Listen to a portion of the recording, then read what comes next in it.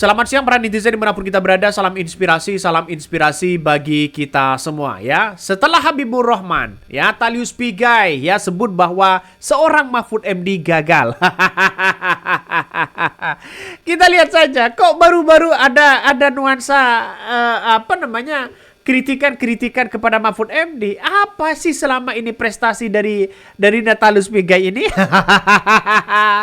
Kalau tidak punya prestasi, kalau tidak punya gagasan yang kemudian permanen seperti Profesor Mahfud, ngapain kita ikut-ikutan mengatakan gagal? Tidak pantaslah seorang menteri, seorang siapapun mengatakan gagal kepada seorang Mahfud MD. Karena Mahfud MD banyak yang kemudian dilakukan ya secara hukum begitu kan ya, secara supremasi hukum saat menjabat. Kalau tengok Pak Mahfud tuh waktu jadi pejabat kok enggak berbuat apa-apa. itu seperti pertanyaan buzzer. Begini, cara menilai begini. Yang saya katakan tuh tadi sistem di dalam kenegaraan kita. Tapi kalau menyangkut jabatan, saya bersih. MK itu baru hidup sesudah saya dan tidak ada yang ditakuti oleh MK. Semua tahu itu. Menko Polhukam.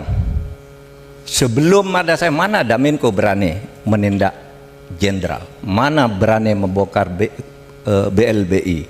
Mana berani membongkar pencucian uang? Tidak ada. Menko dulu jenderal tuh. Apa coba? Nah, itu kalau sikap ditanyakan kepada personal, sama Anda calakan. Apa kurang hebat orang seperti Malik Fajar? Tapi apa Malik Fajar itu bisa mengubah Indonesia? Tidak bisa. Tapi Malik Fajar tetap hebat. Apa kurang hebat orang seperti Marii Muhammad? Sangat bersih, jujur, takwa, iman, soleh. Tapi apa dia menghilangkan korupsi di Menteri Keuangan? Tidak bisa. Ini persoalannya moral bangsa. Sehingga kalau Anda tanya, Pak Mahfud buat apa? Buat banyak saya. Caranya membandingkan aja. Ketika saya di Mahkamah Konstitusi gimana, ketika saya Menko Polhukam gimana, ketika saya di BPIP bagaimana, saya bersama Pak ini. Berbuat. Tapi itu kan personal. Yang saya katakan, misalnya Anda katakan, Pak Menko Polhukam, kok Anda diem aja ada hakim beling, Mahkamah Agung korupsi ini masuk. Loh, itu bukan wewenang saya bertindak tidak boleh ke sana. Coba kita kasus sekarang begitu kan ya, penembakan ya, terus kemudian banyak hal. Mana ya sebagai Menteri HAM di situ, mana ada keterlibatan Pigai untuk menanggapi bagaimana persoalan-persoalan kasus yang ada di Indonesia saat ini. Saya rasa hanya muncul begitu bahwa Natalius minta anggaran lagi yang lebih tinggi. Coba sekarang kabarnya bagaimana? Pernah nggak ya Natalius ya misalnya menangani masalah soal ini, berpihak kepada rakyat, apa yang kemudian sudah ditangani? Ya ini kan sudah mau sudah mau 50 hari kepemimpinan dari seorang Prabowo begitu kan. Kurang lebih lah di situ begitu. Dalam artian ya 3 bulanan ini. Apa yang mau dilakukan oleh Menteri HAM ini? Kok bisa-bisa mengatakan gagal kepada Profesor Mahfud? Ini kan ngeri, Bos, ya. Ini kan ngeri sedap. Makanya dengan adanya seperti itu begitu kan ya. Natalius ini bercerita ya 3 tahun yang lalu begitu bahwa bagaimana soal kegagalan Mahfud MD. Ini 2,5 tahun lalu saya sudah kritik 3 kegagalan utama Profesor Mahfud MD Menko Polhukam 2019-2024 soal sinkronisasi hukum yang tumpang tindih, 2 pembenahan penegak hukum yang masih dinilai kurang profesional, tidak mampu orkestrasi persyaratan budaya anti korupsi, dan lebih nimbrung di kasus-kasus besar itu dianggap kerja-kerja yang numpang tenar. Nah, kita lihat saja. Dalam pernyataan itu, kenapa seorang Mahfud MD sekarang mengkritik tiba-tiba tidak ada yang tidak terima? Ngeri, Bos. Ngeri di persoalan politiknya. Jadi Mahfud MD saat menjabat menjadi Polhukam dikritik oleh Natalius biasa-biasa aja kok begitu kan. Profesor Mahfud MD menerima apa aja, menerima apa adanya. Kenapa kok sekarang Mahfud MD menjadi rakyat biasa lalu kemudian kritik masalah soal hukum, masalah denda damai, masalah soal koruptor dimaafkan. Itu hanya kritikan Mahfud MD sesuai dengan undang-undang. Kenapa kok dicap sebagai gagal? Kalau tidak mau dikritik, gak usahlah jadi presiden, gak usahlah jadi menteri, gak usahlah jadi di pemerintahan, begitu kan? Itu aja kan repot.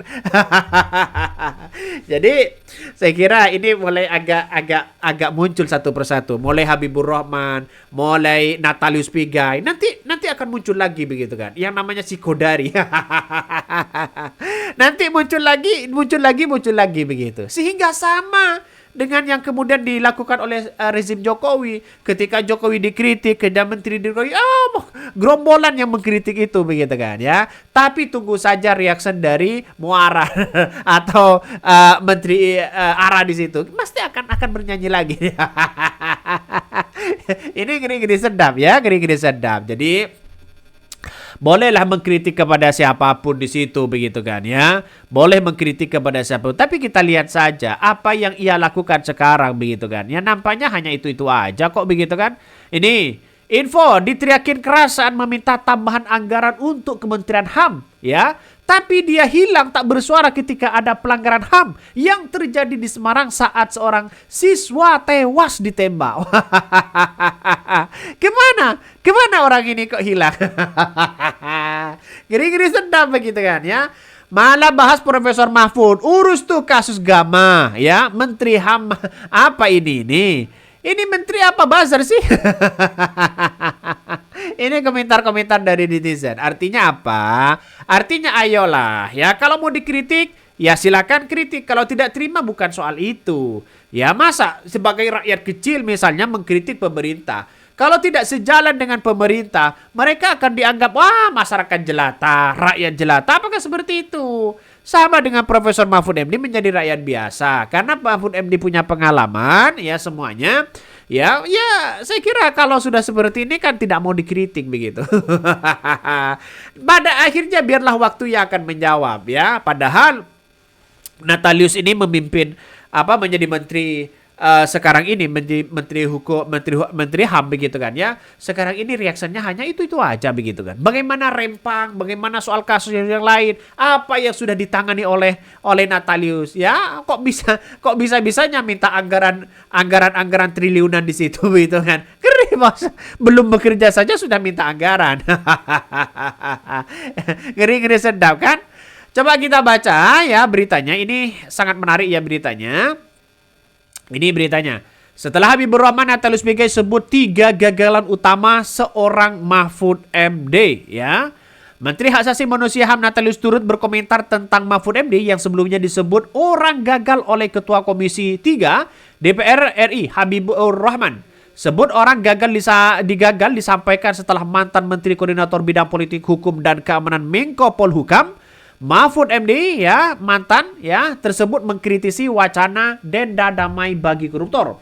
Natalius mengaku telah mengkritik Mahfud MD sejak 2,5 tahun lalu saat menjabat Menko Polhukam. Ya, ini adalah kritikan-kritikan itu. Aktivis HAM tersebut mengucapkan terima kasih yang menghormati kritikan Mahfud MD sebagai masukan dari bangsa. Namun, ia juga bisa memberikan kritikan sebagai upaya bersama membangun bangsa. Ya, sebelumnya Ketua Komisi 3 DPR Habibur Rahman menanggapi komentar Mahfud MD mengenai wacana denda damai untuk koruptor. Jadi, oke lah, tidak ada masalah sebagai masukan pada bangsa dan negara begitu kan. Ya, kalau toh pada hakikatnya ya setidaknya ya ada yang peduli lah untuk mengurusi masalah soal hukum yang ada di Indonesia saat ini begitu kan ya. Jadi artinya apa? Ayolah kita sadari bersama kalau hukumnya salah ya salah. Ya, kalau salah, jangan lalu kemudian yang salah jadi benar, yang benar jadi salah. Ya ini kan repot nantinya. Kapan mau maju bangsa kita? Ya, makanya kalau tidak mau kritik jangan usahlah ya di pemimpinan itu. Kan itu logikanya. Jadi saya kira apa yang disampaikan Pak Mahfud ini benar. Ya sebagai rakyat kecil juga pengetahuan secara hukum. Dia profesor begitu kan ya. Dan bahkan rekam jejak Mahfud MD tidak pernah neko-neko masalah soal hal-hal kayak begituan ya. Jadi artinya apa? Artinya Mahfud MD sudah tahu bobroknya bagaimana ya. Alibi-alibi yang kemudian sering dimainkan oleh orang ini, orang itu dan sebagainya. Mahfud MD sudah paham itu. Jadi saya kira dengan apa yang disampaikan Natalius nggak ada masalah, tapi bukan untuk bantahan begitu kan. Natalius mengkritik Mahfud MD saat menjadi Menteri Polhukam, dan Mahfud MD mengkritik soal ini kan demi bangsa dan negara begitu kan. Ya jangan lagi kemudian supremasi hukum ini dipermainkan oleh orang-orang yang kemudian tidak bertanggung jawab. Kan itu logikanya sebenarnya. Tidak ada salah begitu ya. Oke, mungkin itu yang kami sampaikan ya. Tonton terus channel Honda dari Podcast Rakyat ini. Jangan lupa di subscribe.